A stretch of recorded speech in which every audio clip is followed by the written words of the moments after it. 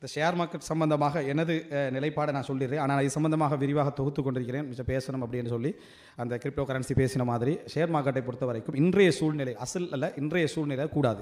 அந்த நிலைப்பாட்டில் தான் நம்ம என்ன செய்கிறோம் இருக்கிறோம். அதனுடைய பேசுகிறவங்க பெரும்பாலும் எதை ஃபோக்கஸ் பண்ணி பேசுகிறாங்கன்னா பொருளை ஃபோக்கஸ் பண்ணி பேசுகிறாங்க. இந்த பொருள் ஹலால்ண்டா ஹலால், அது பொருள் ஹராமண்டா ஹராமண்டு. ஷேர் மார்க்கெட் அது மட்டும்தாண்டா பிரச்சனையே இல்லை. ஷேர் மார்க்கெட் வந்து அது மட்டும் தானண்டா பிரச்சனையே இல்லை. ஆனால் அதுவல்ல இன்றைக்கு, அதாவது பேர்களை சொல்லியே சொல்லலாம். அந்த அளவில் நம்ம எடுத்து பார்த்தீங்கன்னா இந்த புரோக்கரிங் சைடு இருக்குது தானே, அந்த ஷேர் மார்க்கெட்டுக்குள்ளே போகிறவனுக்கு வைக்கப்பட்டிருக்கக்கூடிய வழிமுறைகளும் அந்த ஏற்பாடுகளும் இதில் தான் நிறைய சப்ஜெக்ட் என்ன செய்கிறது சம்மந்தப்படுகிறது. கம்பெனியோடு சம்மந்தப்பட்ட விஷயங்கள் லேசாக பேசிடலாம். அந்த கம்பெனி வட்டி லோன் எடுத்திருந்தா என்ன அப்படி என்று சொல்கிற விஷயங்களுக்கு இந்த நாட்டிலேயே பல விஷயங்களில் தீர்வுகள் என்ன செஞ்சுக்கிறாங்க பேசிக்கிறாங்க, குறிப்பிட்ட சில கம்பெனி விஷயத்தில். அது வேறு. பொருளுடைய விஷயத்துக்கும் தெளிவாக சொல்லிடலாம், பொருள் ஹலால்ண்டா அது ஹலால் தான், அதெல்லாம் பிரச்சனை. இன்றைக்கு அவனுக்கும் நமக்கும் இடையில இருக்கக்கூடிய புரோக்கரி தரகத்துவம் சொல்ல போனால் ஷேரை விட அதில் தான் பிஸ்னஸை என்ன செய்யுது நடக்குது. இதில் மார்க்க ரீதியான பல பிரச்சனைகள் இருப்பதனால தனிப்பட்ட ரீதியாக நம்ம பார்த்த அளவில் வந்து ஹலால் ஷேர் மார்க்கெட்டிங் கொண்ட இன்றைய சூழ்நிலையில் வச்சுக்க என்ன செய்யலாது செய்ய முடியாது. காரணம் அவனை தாண்டி நம்மளால் என்ன செய்ய முடியாது. ரெண்டு ஒன்று சொல்லணும். நம்ம நிர்பந்தத்தில் அதில் என்ன செய்கிறோம், நம்ம சிலருக்கு நிர்பந்தமாகவும் இருக்கலுமே, சம்பாத்தியம் அல்ல, அவங்களுடைய கம்பெனியுடைய நிலைமையை வச்சு என்ன செய்யலாம், அதனுடைய அகலத்தை வச்சு அவங்களுக்கு சில நிர்பந்தமாக இருக்கிறாங்க. நிர்பந்த நிலையில் நம்ம இதை செயல்பட்டு கொண்டிருக்கிறோம் என்று சொல்லலாமே தவிர பொதுமைப்படுத்தி இந்த ஷேர் மார்க்கெட் என்பது எல்லாரும் ஈடுபடுங்கள், ஹலாலானது தாராளமாக ஈடுபடுங்கள் என்று சொல்கிற லெவலில் இல்லை என்றதான் தனிப்பட்ட ரீதியான நிலைப்பாடு. அல்லாஹ் மிக அறிந்தவர். நிஜாம்ங்கிறவர் கேட்குறார். அஸ்ஸலாமு அலைக்கும் வரஹ்மத்துல்லாஹி வபரகாத்துஹு. என்னுடைய கேள்வி என்னென்னா, இப்போ ஷேர் மார்க்கெட்டு வந்து நிறைய பேர் பண்ணிகிட்ருக்காங்க. அது பண்ணலாமா இல்லை பண்ணக்கூடாதா? முதல்ல வந்து பண்ணக்கூடாதுன்னு சொன்னீங்க. ஏன்னா அந்த பொருள் என்ன பொருள் விற்கிறாங்க, என்ன பொருளுக்காக நம்ம முதலீடு செய்கிறோங்கிறது தெரியாது அப்படின்னு சொன்னீங்க. ஆனால் இப்போ வந்து அந்த அப்ளிகேஷனே இருக்குது, இவ்வளோ ப்ராப்பர்ட்டி இருக்குது, இதில் வந்து நம்ம வந்து எது நமக்கு லாபம் தரக்கூடியதோ அதை வந்து நம்ம வந்து ஷேராக எடுத்துக்கலாம் அப்படிங்கிற மாதிரி இருக்குது. இப்போ அந்த மாதிரி பண்ணலாமா கூடாதா அப்படிங்கிறது வந்து விளக்குவோம். அந்த ஷேர் மார்க்கெட்டில் இந்த ஷேர்களை வாங்குறத பற்றி அவர் கேட்குறார். கேட்கும் பொழுது ஏற்கனவே இது குறித்து நான் சொன்ன ஒரு தகவலை வைத்து தான் அந்த கேள்வி கேட்குறார். அதில் என்ன குறிப்பிடுகிறார் என்று சொன்னால், இப்போ நம்ம ஷேர் வாங்குகிறோம் என்று சொன்னால் எந்த கம்பெனியுடைய ஷேரை வாங்குகிறோம், என்ன தொழில் பண்ண போகிறாங்க என்கிற ஒரு விவரமும் தெரியாமல் வாங்கினோம் என்று சொன்னால் அது கூடாது என்று நீங்கள் ஏற்கனவே சொல்லியிருக்கிறீர்கள். ஆனால் இன்றைய நவீன காலத்தில் வந்து ஷேர் மார்க்கெட்டுக்கு தனி அப்ளிகேஷனே இருக்கிறது. அதை நம்ம அப்ளிகேஷனை வந்து நம்முடைய ஃபோனில் வந்து ஆண்ட்ராய்டு உள்ளிட்ட ஃபோன்களில் நம்ம இன்ஸ்டால் பண்ணி கொண்டோமே ஆனால் எந்த ஒரு கம்பெனியுடைய ஷேரை நம்ம வாங்க போனாலும் அந்த கம்பெனியுடைய முழு விவரம் நமக்கு தெரிந்து விடுகிறது. அவங்க பண்ணுற வியாபாரம் என்ன, எந்த தொழிலை பண்ண போகிறாங்கன்னு தெரிஞ்சு விடுகிறது. அப்படி தெரிந்து விடும் பொழுது அவங்க பண்ணுற தொழில் வந்து மார்க்கத்தில் அனுமதிக்கப்பட்ட தொழிலாக இருந்தால் அந்த ஷேரை வாங்கலாம், அனுமதிக்கப்படாத தொழிலாக இருந்தால் அந்த ஷேரை வாங்காமல் இருக்கலாம் என்ற வசதி இப்போ இருக்கும் பொழுது ஷேர் மார்க்கெட் கூடாது என்று இப்போ தான் பொதுவாக சொல்ல முடியுமா? அதான் அவருடைய கேள்வி. அதான் நம்ம சொன்ன விஷயத்தை வைத்து அவர் கேள்வி கேட்குறார். பொதுவாக நாம் ஒரு விஷயத்தை முன்னர் சொல்லி இருக்கும் பொழுது அது குறித்து ஒரு கேள்வி கேட்டார்களே ஆனால் நம்ம என்ன சொன்னோங்கிறத எடுத்து போட்டால் தான் அவங்களுக்கு என்ன செய்யும் தெளிவாக வரும்.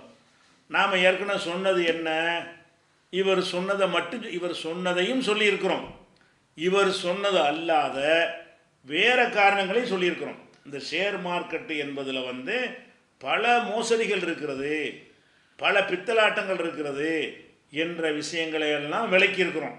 இவர் சொல்கிறபடி அப்ளிகேஷனில் பார்த்து இவர்கள் பண்ணுகிற வியாபாரம் என்ன என்கிற விஷயத்தெல்லாம் தெரிந்து கொள்ள முடியும். அந்த ஒரு அம்சத்தை மட்டுமா நம்ம சொன்னோம்? இல்லை. ஷேர் மார்க்கெட் என்பது பித்தலாட்டம் என்பதற்கு வந்து பல காரணங்களை நம்ம சொல்லியிருக்கிறோம். இந்த ஒரு காரணம் உங்களுக்கு தெளிவாகிவிட்டாலும் கூட வேறு பல காரணங்கள் இருக்கிறது என்ற காரணத்தினால நான் சொன்னதை நீங்கள் புரிந்து கொண்டு கேள்வி கேட்கறதுனால நாம் அன்னைக்கு இது குறித்து என்ன சொன்னோம் என்பது உங்களுக்கு அதை போடுறோம். ஒவ்வொரு அடிப்படையாக எடுத்துக்கொண்டு அதில் என்னென்ன அடங்குதுன்னு பார்க்கணும் இல்லையா? ரொம்ப நம்ம மக்களை வந்து பாதிச்சிருக்கக்கூடிய ஒரு விஷயம் என்னன்னு கேட்டிங்கன்னா, இந்த ஷேர் மார்க்கெட்னு சொல்லி என்ன செய்கிறோம், நம்ம போய் அதில் உளுந்து நம்மளும் சேர்ந்து அதை வந்து ஒரு நல்ல ஹலாலான வியாபாரம் யாரோ ஃபத்வா கொடுத்த அடிப்படையில் அதை ரொம்ப நம்ம சகோதரர்கள் அதில் வீழ்ந்து கிடக்கிறாங்க. ஏன்னா அதிகமான லாபம் கிடைக்குது, திடீர்னு கிடைச்சி போயிடுது அப்படின்னு நினைத்து அது ஒரு நல்ல வியாபாரம் என்று நினைக்கிறார்கள். இப்போ நம்ம இந்த ஷேர் மார்க்கெட் நீங்கள் எடுத்து பார்த்தீங்கன்னா, ஷேர் மார்க்கெட் இப்படி வச்சுக்கிறங்க, நேற்றும் இன்னைக்கும் சொன்ன ஹதீஸுகள் அந்த பக்கம் வச்சுக்கிறங்க, ஷேர் மார்க்கெட்டையும் வச்சுக்கிறங்க, நேற்று சொன்ன ஹதீஸுகள் இன்னைக்கு சொன்ன ஹதீஸுகளையும் எடுத்துக்கிறங்க. இதில் உள்ள அவ்வளோ இதில் இருக்கா இல்லையா? ஷேர் மார்க்கெட்டில் வந்து நீங்கள், நான் கேட்குறேன், நீங்கள் வாங்குறீங்க, ஷேரை வாங்குறீங்கல்ல, ஒரு கம்பெனியுடைய ஷேர், இந்த கம்பெனி இந்த ஏதோ ஒரு நேமை போட்டு இந்த கம்பெனியுடைய ஷேர் வந்து 100 ரூபா அப்படின்னு ஷேருடைய மதிப்பு, அது முக மதிப்புன்னு சொல்லுவான். முக மதிப்பு வேறு, மார்க்கெட் மதிப்பு வேறு. அவன் வெளியிடும் போது 100 ரூபான்னு அந்த ஷேரை விற்றுருப்பான். அந்த கம்பெனிக்கு டிமாண்ட் ஏற ஏற என்னவாயிரும், 100 ரூபாயுடைய முக மதிப்பு உள்ள ஷேர் 10,000 ரூபாய்க்கு கூட போகும், 5,000 ரூபாய்க்கு கூட போகும். அப்போ அந்த ஷேர் என்ன செய்வான், 100 ரூபாய்க்கு ஷேர் வாங்கினவன் அதை விற்குவான், 5,000 ரூபாய்க்கு விற்பான். நம்ம என்ன செய்யறோம், அந்த கம்பெனியுடைய ஒரு ஷேரை 5,000 ரூபா கொடுத்து வாங்குறோம். வாங்க, தப்பு இல்லை. ஒரு கம்பெனியில் நீனு பங்காளி ஆகிட்டேன்னு அர்த்தம். அதான் அர்த்தம். இவற்றை வித்துட்டு அடுத்த நாள் இவர் ஓனர் ஆயிடுவார், இவர் அவற்றை வித்து அவர் அடுத்த நாளைக்கு ஓனர் ஆயிடுவார். இப்படி 5 செகண்டுக்கு ஓனர் மாறும், அது ஒரு விஷயம். அடிக்கடி மாறிட்டு இருப்பானுவோம். இதெல்லாம் பேசிப்பேன். நான் என்ன கேட்குறேன், நான் நடத்தக்கூடிய ஒரு கம்பெனி, என்னுடைய கம்பெனிலேருந்து நான் என்ன செய்கிறேன், உங்களுக்கு ஷேரை வெளியிடுறேன். எவ்வளோ வெளியிடுவேன், நான் நடத்துகிற கம்பெனியில் நிர்வாகம் என்கிட்ட இருக்கணுங்கிறதுக்காக வேண்டி 51% நான் கண்டிப்பாக வச்சுக்கிடுவேன். வழங்க எல்லாத்தையும் வித்துற மாட்டேன். அப்போ எல்லாரும் கூட்டிக்கிட்டு நிர்வாகத்தை நீங்கள் கையில் எடுத்துக்கிட்டா, அதனால் நான் எல்லா கம்பெனிக்காரன் என்ன பண்ணுவான், 51 வச்சுக்கிறது நம்ம கம்மி, 80-90 வச்சுக்கிடுவானுவோம். 7 கோடி ரூபாய் உள்ள ஒரு கம்பெனி என்று சொன்னால் நான் வந்து 51 லட்சம் ரூபாயை கண்டிப்பாக நான் வச்சுக்கிடுவேன். சில பேர் 60, 50, 49 அவன் வச்சுக்கிற மாட்டான். அவன் வச்சு அவன் நிர்வாகம் போயிடும், எல்லாம் கூட்டா சேர்ந்து அவனை வரைக்கும் விட்டுருவாங்க. அதனால் என்ன செய்வான், அந்த கம்பெனி நடத்தக்கூடியவன் 51யோ 52யோ 60யோ 70யோ அவன் கையில் வச்சுக்கிட்டு இந்த 30 வந்து விற்கிறேன், நீங்கள் எல்லாம் பங்காளி ஆகிக்கிறங்க, நீங்கள் எல்லாம் அதை வாங்கிக்கிறங்க, வாங்கிட்டு நீங்கள் அதில் ஒரு ஷேர், இதுதான் ஷேர் மார்க்கெட்டுங்கிறது. இப்போ அந்த கம்பெனி, நான் 1 கோடி ரூபாய்க்கு நான் நடத்தக்கூடிய கம்பெனியில் ஒரு 70 லட்சம் ரூபாய் நான் வைத்துக்கொண்டு, என்னுடைய ஷேராக வைத்துக்கொண்டு 30 லட்சம் ரூபாய் ஷேரை நான் வெளியிடுறேன்ல, வெளியிடும் போது 30 லட்சம் ரூபாய் ஷேர். ஆனால் என்னுடைய அந்த கம்பெனியில் வந்து அதை ஏற்றி விடுறதுக்கு புரோக்கர்கள் இருக்கிறாங்க. அதுக்கு பேர் காளைகள்னு சொல்லுவாங்க. இந்த காளைன்னு சொல்லக்கூடிய புரோக்கர் என்ன பண்ணுவாங்க, என் கம்பெனி பயங்கரமாக ஏறி போகிற மாதிரியும், அங்கே டாப்பில் போயிட்டு இருக்கு அந்த கம்பெனி, அப்படியா பயங்கர டிமாண்டாக இருக்குது அப்படின்னு சொன்ன உடனே பரப்புன்னு என்ன செய்வான், 1000 ரூபாயுடைய ஷேர் 2000 ரூபான்னு லேசாக மோகம் காட்டும். 2000 ரூபாய்க்கு வாங்கினா 4000 ரூபான்னு விற்பான், 4000 ரூபாய் 8000 ரூபான்னு போகும். இதை பார்த்தீங்கன்னா 30 லட்சம் ரூபாய்க்கு நான் வெளியிட்ட ஷேர் வந்து அது 3 கோடி ரூபாய்க்கு போயிடும். எனக்கு 7 லட்சம் ரூபாய், 70 லட்சம் ரூபாய் என்ன ஆச்சு, 7 கோடி ஆச்சுல. அதாவது நான் ஒரு 70 லட்சம் ரூபாய் நான் போட்டிருக்கிறேன்னு அது 7 கோடி ஆயிரும்லங்க. அப்போ 7 கோடி, அது அப்போ என்ன செய்யணும், என் கம்பெனியில் நீங்கள் நுழைஞ்சி ரைடு விட்டு சோதனை பண்ணுனா 7 கோடி இருக்குமா, 7 கோடி நீ 3 கோடி சேர்த்து 10 கோடி இருக்குமா, இருக்காது. அப்போ இல்லாத ஒன்றை இருப்பதாக காட்டி அந்த நான் கேட்குறேன், நீ ஷேர் வாங்கினவுடனே என் கம்பெனியில் ஷேர் வாங்கினிய, என் கம்பெனின்னு வந்தியா, நான் என்ன வியாபாரம்னு பார்த்தியா, அதில் என்ன என்ன இருப்பு இருக்குது, என்ன வந்து கடன் இருக்கிறது, என்ன ப்ராஃபிட் இருக்கிறது, அதையெல்லாம் நீ ஆய்வு பண்ணி நம்ம இவ்வளோ தான் வாங்குறோம், நீ வாங்கினியா, என்ன வாங்குறேன்னு உனக்கும் தெரியாது, என்ன விற்கிறேன்னு எனக்கும் தெரியாது. இன்னும் சொல்ல போனால் அதை எவன் வச்சுக்கிறான்னு தெரியாது. ஷேருங்கிறது இப்போ நானும் நீனும் பங்காளின்னா நீ தான் என் பங்காளின்னு எனக்கு தெரியணும்.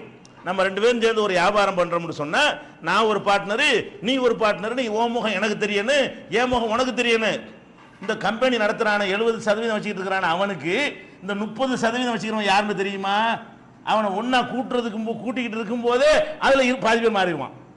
அந்த ஷேரில் வந்து 30 லட்சம் வாங்கி வச்சுக்கிறானே, எல்லாம் வாங்கப்பா ஏன் ஷேர் வாங்கணும்லாம் கூப்பிடுவானா, அங்கனுக்குள்ளே வச்சுக்கிட்டு கம்ப்யூட்டர் வச்சு மாற்றி விட்டு போயிடுவாங்க. அப்புறம் என்ன வாயிறேன், இவன்ட்டு உள்ள அவனுக்கு போயிரு, அவன்ட்டு உள்ள இவனுக்கு போயிரு, இவன்ட்டு உள்ள அவனுக்கு போயிரு, ஒரு நிலையே கிடையாது. எவன்ட்டு அந்த ஷேர் இருக்குன்னு தெரியாது.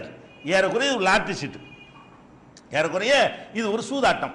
அப்போ இது வந்து நல்லா விளங்கணும். நீங்கள் ஷேர் மார்க்கெட்டை நீங்கள் வாங்கினது என்ன வாங்கின, ஒரு குறிப்பிட்ட கம்பெனியில் ஷேர் வாங்கினேன்னா அவன் முதல்ல அவன் என்ன தொழில் பண்ணுறான்னு உனக்கு தெரியணும். ஒரு கம்பெனியில் ஷேர் வாங்குறேன்னா அவன் கம்பெனியில் 1000 செய்வான். ஒரு பெட்ரோல் நிறுவனத்தில் நீ ஷேர் வாங்குறேன்னா அவன் 1 லிட்டருக்கு 100 மில்லி பிடிப்பான். அப்போ நீ பங்காளியாக இருக்கிற ஒரு கம்பெனியில் 100 மில்லியை பிடிச்சா நீ தானே அதில் பங்காளி. அந்த கம்பெனியில் நீ ஷேரை வாங்கிட்டீங்கன்னா நான் எத்தனை பேரை ஏமாத்தணும்னு அதில் உனக்கு பங்கு வருமா வராதா? என்ன பர்ஃபெக்டாக குரானிஸை படிச்சுட்டு வியாபாரம் பண்ணுறவன் நான் தொழில் பண்ணிட்டு இருக்கிறான், அவன் வட்டிக்கு நானே 1 கோடி ரூபா வச்சு தொழில் பண்ணுறேன். அந்த 1 கோடி ரூபாயில் 50 லட்சம் ரூபா பேங்க்ல கடனை வாங்கி வட்டிக்கு வாங்கி போட்டுருக்கிறேன். அப்போ அந்த கம்பெனியில் நீ ஒரு பார்ட்னராக இருந்தால் நீ தானே வட்டி வாங்கியிருக்கிற. அந்த கம்பெனியில் நான் வட்டி வாங்கினேன்னா நீனு தான் வாங்கியிருக்கிற, நீனு தான் முதலாளி தானே. அப்போ நான் வட்டி வாங்கியிருந்தா நீனு அதில் பங்காளி ஆகுற, நான் மோசடி பண்ணா நீனும் சேர்ந்து மோசடி பண்ணுற, நான் ஏற்றுமதி பண்ணுற பொருள் தப்பாக இருந்தா அது என்ன பண்ணுறான்னு எனக்கு தெரியாது, நான் போய் உன்ட்ட காட்டவும் மாட்டேன். பயங்கரமான எக்ஸ்போர்ட் இம்போர்ட் மட்டும் உன்ட்ட சொல்லுவேன். என்ன பண்ணுறாரு, என்ன கம்பெனி அது, எக்ஸ்போர்ட் பண்ணக்கூடிய கம்பெனி, இம்போர்ட் கம்பெனி, என்ன எக்ஸ்போர்ட்டு, ஹராமான பொருளை கூட கடத்துவேன். நீ எவ்வளவுக்கு ஷேர் வாங்குற அந்த அளவுக்கு நீ அதில் பார்ட்னர் ஆகிறியா இல்லையா? அப்போ நம்ம என்ன விளங்கணும், இதில் நல்லா தெரியுது இது ஃப்ராடு, இது ஒரு வியாபாரமே கிடையாது. இன்னும் சொல்ல போனால் வியாபாரத்தை நீங்கள் பார்த்தீங்கன்னா சூதாட்டத்துக்கு வியாபாரத்துக்கு பளிச்சுன்னு வித்தியாசம் தெரிஞ்சோம். என்ன வித்தியாசம் தெரிஞ்சுனே, ஒரு கம்பெனி வந்துங்க ஒரு நாள் பார்த்தா உலகத்தில் பணக்காரன் ஆகிட்டாங்கிறாங்க, ஒருத்தனை பில்கேட்ஸ் எல்லாம் தாண்டிட்டாங்கிறாங்க. ஒரு வாரம் கழிச்சு பார்த்தா புஷ்னு இறங்கிட்டாங்கிறாங்க, இப்போ 43 இடத்துக்கு வந்துட்டாங்கிறாங்க. இது எப்படி வருது, இது எல்லாம் சூதாட்டம் தான். இது திடீர்னு பார்த்தா பங்கு சந்தை ஏறுங்கிறான், திடீர்னு இறங்குதுங்கிறான். இந்த மாதிரி சூதாட்டத்துக்கு போயிடுச்சா இல்லையா? இப்போ அமெரிக்க கம்பெனி திவாலாகி நிற்குதா இல்லையா? டோட்டலாக போச்சா இல்லையா? இந்தியா உலகத்தையே பொருளாதாரத்தை ஆட்டி படைச்சிக்கிட்டு இருந்தவன்லாம் காணாமல் போயிட்டான். அப்போ ஏன்னா இது நெச மதிப்பு இல்லை, இல்லாத ஒன்று இருக்கிறதாக அப்படி சொல்லிக்கிட்டே இருக்கிறது. மக்கள்லாம் வந்துக்கிட்டே இருக்கிற வரைக்கும் ஒன்றுமே தெரியாது. பணத்தை திருப்பி வாங்க ஆரம்பிச்சான்னு வைங்க, கொஞ்சம் 4 பேர் புசு புசுன்னு உழுந்து போயிடும். எல்லாம் போனால் என்ன இருக்கு, ஒன்றுமே இருக்காத, அவ்வளோ பேருக்கு இவனுக்கு கொடுக்க இயலாத, இவன்ட்டு உள்ள மதிப்பு அவ்வளோ கிடையாது. இல்லாத ஒன்று இருக்கிறதா சொல்லி தான் வெளியில் விற்பனை பண்ணுறானே தவிர உண்மை அதில் கிடையாது. ஷேர் மார்க்கெட்டில் 1% கூட உண்மை கிடையாது. அவ்வளவும் ஃப்ராடு, அவ்வளவும் பொய், அவ்வளவும் பித்தலாட்டம். அதில் என்னத்துக்காக நம்ம எல்லாரும் ஈடுபடுறோம், அந்த பத்திரத்தை மாற்றி விட்டால் உடனே காசு கிடைக்குது. என்கிட்ட உள்ள அந்த ஷேர் மார்க்கெட் சர்டிஃபிகேட்டை 1000 ரூபாய்க்கு உள்ளது என்ன செய்வேன், 10,000 ரூபா நான் வாங்கி வச்சிருப்பேன், பார்த்துக்கிட்டே இருப்பேன். விலை ஏறுதுன்னு 15,000 ரூபா தான் விற்றுருவேன். விற்றுட்டு என்ன செய்வேன், அது அவன் வியாபாரம் பண்ணுறதுக்கு தான் நீ சேருன்னு. ஒரு கம்பெனியில் நீ சேர்றதா இருந்தால் அதில் சேர்ந்து அந்த வியாபாரத்தை டெவலப் பண்ணி அதை உண்டாக்கி அதிலிருந்து லாபத்தை அடைஞ்சு நஷ்டத்தில் பங்கெடுத்து, அதுக்கு பேர் தானே வியாபாரம். நீ என்ன பண்ணுற தெரியுமா, அந்த ஷேர் மார்க்கெட்டில் என் கம்பெனிலேருந்து இன்றைக்கி ஒரு 10,000 ரூபாய்க்கு ஷேரை வாங்கியிருப்பான். வாங்கி என்ன செய்வான், இது 20,000 ரூபாய்க்கு மார்க்கெட்டில் போகணும், உடனே 20,000 கொடுத்துருவான். கொடுத்துட்டு அந்த ஷேர் 10,000 ரூபாய்க்கு வருது, அதை வாங்குவான். 2 ஷேர் 20,000 ரூபாய்க்கு 2 இதை வாங்கிடுவான். இவன் 20,000 என்கிட்ட வாங்கினானே, வாங்கி வீட்டுக்கு போகிறதுக்கு அவனால்ட்ட மாற்றி விட்டுவான். 22,000 ரூபாய்க்கு போகுதான், அவன் வாங்கி அவன்கிட்ட மாற்றுவான், இவன் வாங்கி இவன்கிட்ட மாற்று. இதுக்கு பேர் வியாபாரமா? அந்த இடத்துல இருந்துக்கிட்டு என்ன செய்யலாம், இந்த ஷேர் மார்க்கெட்டுடைய நிலை உசிலிவை மட்டும் கரெக்டாக தெரிஞ்சுக்கிட்டோம்னு சொன்னால் இந்த குதிரை ரேஸ் மாதிரி தான். குதிரை ஷேர் மார்க்கெட்டில் எவன் இந்த மாதிரி சூதாட்ட கலையை நல்லா தெரிஞ்சு வச்சுக்கிறானோ அவன்லாம் என்ன செய்வான், ஒரு நாளைக்கு 40 கம்பெனியில் ஷேரை வாங்கி 40 கம்பெனி 40 வித்துட்டு போயிடுவான். வழங்குதா? அந்த மாதிரி வச்சுக்கிட்டு வர இருப்பான் சில பேர். அதனால இந்த ஷேருங்கிறது இருக்க, இது ஒரு பொருளே கிடையாது. ஷேருங்க ஒரு கற்பனை தான். நீ வாங்குற, நீ எந்த ஒரு பொருளையும் வாங்கல, ஒன்றும் இல்லாத தான் வாங்குற. என்னத்தை வாங்கிவிட்ட, சரி இப்போ என் கம்பெனியில் ஷேரை வாங்கிவிட்டு என் கம்பெனிக்குள்ளே உள்ள வருவியா, நீ விடுவானா, அவனைய வாட்ச்மேன் விடுவானா? நான் ஷேர் சர்டிஃபிகேட் வச்சிருக்கிறேன், நீ ஒரு கம்பெனியில் ஷேரை வாங்கிவிட்டேன். கம்பெனி பேரெல்லாம் சொன்னால் நல்லா இருக்கு, அதுதான். அதுக்காக தான் நானே கம்பெனி ஆகிக்கிறது. நான் ஒரு கம்பெனி வச்சிருக்கிறேன், நான் ஷேரை விற்றுருக்கிறேன், நீ வாங்கிவிட்டீல. நான் ஒரு 1000 ரூபா ஷேர் வச்சிருக்கிறேன், நான் இதில் ஓடரு உள்ளே கொடுக்கடா விடுவேண்ணா, அவன் போய் வெளியே போடுறான். இப்போ என்ன ஷேர், இப்போ நீ ஷேர் எப்போ நான் அதில் ஒரு பங்காளியோ நான் எப்போ வேணாலும் அது உள்ளே போய் அதை செக் பண்ண எனக்கு உரிமை இருக்கணுமா இல்லையா? உரிமை தருவானா? மேனேஜிங் டைரக்டர் ரூம் வரைக்கும் நான் போய் இது என்ன 1000 ரூபா தந்திருக்கேன் என்ன லெவல்னு கேட்டால் வெளியே போடா, யார்ட்ட எடுத்துட்டு போடா, அப்படி தானே சொல்லுவேன். அப்புறம் இது என்ன ஷேர், இது நீ என்ன பங்குங்கிற? பங்குனா என்ன அர்த்தம்? பங்குனா உனக்கும் அதில் ரைட் இருக்க வேண்டும். உனக்கு ரைட்டு தரலன்னு சொன்னா இது அப்பட்டமான சூது தான், இது அப்பட்டமான ஃப்ராடு தான், அப்பட்டமான மோசடி தான். இது ஒரு வியாபாரம், நிறைய பணம் கிடைக்கும் நினைச்சிட. இன்னும் சொல்ல போறேன், நிறைய பணம் கிடைக்கும் நீங்க போனீங்கன்னா சூதாட்டங்கள் பூரா அதே வழியில் உங்களை பழத்தில் தள்ளிவிடும். உலக கணக்கு போட்டாலும் மார்க்கத்திலையும் தப்பு, அது விஷயம். நீங்க என்ன நினைக்கிறீங்க, நம்ம திறமையா கையாண்டா அப்படி பண்ணிடலாங்கிறீங்க. திறமையா உள்ளவன்லாம் காணாம போயிட்டானுங்க. திறமையா இருக்கிறவனை மாத்திர மாதிரி அந்த கம்பெனி திவாலான உடனே எல்லா திறமைக்காரன் நேத்தாடி. திறமையா உள்ளவன் கம்மியாக அடிபடுவான், அடிப்பட்டாலும் அப்படி அடிபடுவான். நல்லா வாங்கி வச்சிருப்பானா, 10,000 கோடிக்கு ஷேரை வாங்கி வச்சிருப்பான், நல்லா சம்பாரிச்சு ஒரு நாள் அங்கே விழுந்தவனை அடிக்கும்ல 10,000 கோடி போய் 1000 ரூபாயில வந்து நின்றுவான். இப்போ இதெல்லாம் ஒரு நல்ல ஒரு தொழில். சூதாட்டத்தில் ஈடுபடணும், அப்படி தான் செய்வான். பார்த்தீங்களா இல்லையா? பார்த்து அப்படியே அள்ளி சுருட்டி அள்ளிட்டு வருவான். 4 நாளைக்கு 5ஆவது நாளைக்கு எல்லாத்தையும் விட்டு நகையை விட்டுட்டு பொண்டாட்டி அடகு வச்சு அப்படிலாம் பண்ணலாம் இருக்காங்க. சூதாட்டத்தில் எப்படி இப்படி எல்லாத்தையும் இழக்கிறானோ அது மாதிரி இழந்து போயிடுவான். இதெல்லாம் ஒரு ஸ்டடி கிடையாது. இதெல்லாம் உழைக்காமல் சோம்பேறிகளை உண்டாக்கி மக்களை ஏமாற்றி நம்ம எவன் ஏமாறுறான்னு காத்துக்கிட்டு இருந்து அது அடிக்கக்கூடிய ஒரு நிலையாக இருக்கிறது. இது ஃப்ராடுன்னு இப்போ வழங்குதா இல்லை? இது எப்படி ஒரு முஸ்லீம் செய்வான்? ஒரு மரத்தில் இருக்கிற, நான் கேட்குற, ஒரு மரத்தில் இருக்கிற காயை காட்டிக்கிட்டு நாளைக்கு இவ்வளோக்கு விற்கிறேன்னு விற்கக்கூடாதுன்னு இருக்குது. அதையே உன்னை காட்டுறானே, நீ ஒன்றும் காட்டலையே, பிஞ்சையாச்சும் காட்டுறானப்பா, பிஞ்சை காட்டுறதுக்கு பிஞ்சு இது காயா போகும் வாங்கிக்கிறியான்னு கேட்குறான்ல, இவன் என்னத்தை காட்டினா? அதை காட்டி வித்தாலே விற்கக்கூடாதுன்னு சொல்லும் பொழுது நீ எப்படி இதை காட்டுவ? இதையெல்லாம் ரசூல் ஸல்லல்லாஹு அலைஹி வஸல்லம் அவர்கள் உன்னிப்பாக கவனித்து தடுத்திருக்கும் பொழுது, நேற்று நம்ம நிறைய விஷயங்கள் சொன்னோம் இல்லையா, அந்த மாதிரியான விஷயங்களை சேர்த்து பார்த்தீங்க என்று சொன்னால், இந்த ஷேர் மார்க்கெட் இந்த நவீன காலத்தில் உள்ளது 1ஆம் நம்பர் ஃப்ராடு. இதை வந்து ஒரு முஸ்லீம் போய் நுழைஞ்சி அடுத்த முஸ்லீம் என்ன செய்யக்கூடாது, ஏமாத்த. நீ சேர்த்து யார்கிட்ட வேணாலும் கேளுங்க, நீ என்னத்தை வாங்கினேன்னு கேளுங்க. இந்த கேள்விக்கெல்லாம் அவங்க ஆன்சர் பண்ணணும். நீ வாங்கினது என்ன? ஒன்றுமே வாங்கலை, எதையுமே வாங்கலை, லாட்டு சீட்டு தான் வாங்கியிருக்கிறேன். அது ஒரு லாட்டு சீட்டு தானப்பா வாங்கியிருக்க, என்னத்தை நீ வாங்கிவிட்ட? ஒன்றும் வாங்கலை. அப்போ ஒன்று விஷயம். ரெண்டாவது, அவன் என்ன பண்ணுறான், அவ்வளோ ஹலால் ஹராம்னு உள்ள போய் பார்த்தியா? நீ ஒரு கம்பெனியில் ஷேர் வாங்குறேன்னா அந்த கம்பெனியுடைய தொழில்கள் என்னென்னலாம் நடக்கிறது, அது எல்லாம் இஸ்லாம் சொல்லக்கூடிய முறையில் நடக்கக்கூடிய ஒரு தொழிலா, ஏமாற்றக்கூடிய ஒரு தொழிலா? ரெண்டாவது அதை பார்த்தியா? அந்த தொழிலில் போட்டிருக்கிற பணம் எல்லாம் அவனுடைய அப்பம் பாட்டை மட்டும் சொத்தை கொண்டே போட்டானா, அல்லது பேங்க்ல வட்டிக்கு வாங்கி போட்டானா? அதை நீ பார்த்தியா? அல்லது உள்ள போய் நுழைஞ்சு கணக்கு வழக்கெல்லாம் கரெக்டாக இருக்கான்னு உன்னால செக் பண்ணுறதுக்கு உனக்கு உரிமை தருவானான்னு பார்த்தியா? ஒன்றும் கிடையாது. அப்போ இது லாப நட்டத்தில் நமக்கு எந்த ஒரு பங்கும் கிடையாது. அந்த சூதாட்டு அது பாட்டு ஏறிக்கிட்டு இருக்கு, அது பாட்டு இவன் கண்டுக்கிறாம வெளியே விட்டுருவாங்க. அது பாட்டு லாட்டு சீட்டு மாதிரி ஓடிக்கிட்டு இருக்குமே தவிர அந்த ஷேருக்கு இந்த கம்பெனிக்கு சம்மந்தம் கிடையாது. நல்லா விளங்கிருங்க. அந்த ஷேருனால இவனுக்கு ஏறும். அந்த 30% வந்து 3 கோடி ரூபாய் போகுமையானால் எனக்கு 7 கோடி ரூபாய் இருக்கு நான் சொல்லிக்கிற முடியும், அவ்வளவுதான். 7 கோடி ரூபாய் இருக்காதானா? இவனுக்கு ஒண்ணுமே கிடையாது, இவனுக்கு எந்த ஒரு பங்கும் அந்த கம்பெனி கிடையாது என்பதை நம்ம புரிந்து கொள்ளணும். இது ஒரு விஷயம். அப்போ இந்த வீடியோவில் ஷேர் மார்க்கெட் சம்பந்தமாக நம்ம என்ன செஞ்சுருக்கிறோம், பல காரணங்களை சொல்லுகிறோம். எப்படி காரணம் சொல்கிறோம்?